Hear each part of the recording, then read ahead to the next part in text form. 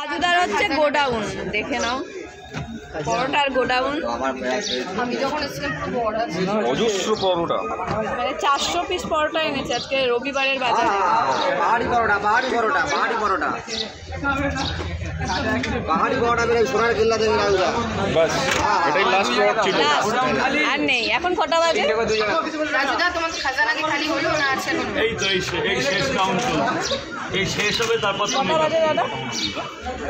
মানে দেখো একটা কথা দিদি, তোমাকে দিদিই বললাম, কোনো মাইন্ড না না আমি ছোটই, তুমি মা বলছিলে, মাই বলো না কোনো অসুবিধা নেই। মানুষের ঘড়ির কাঁটা মোটামুটিভাবে 10টার কাছাকাছি, আর রাজুদার শেষ লট বেরিয়ে গেল, পরোটা একেবারে শেষের পথে।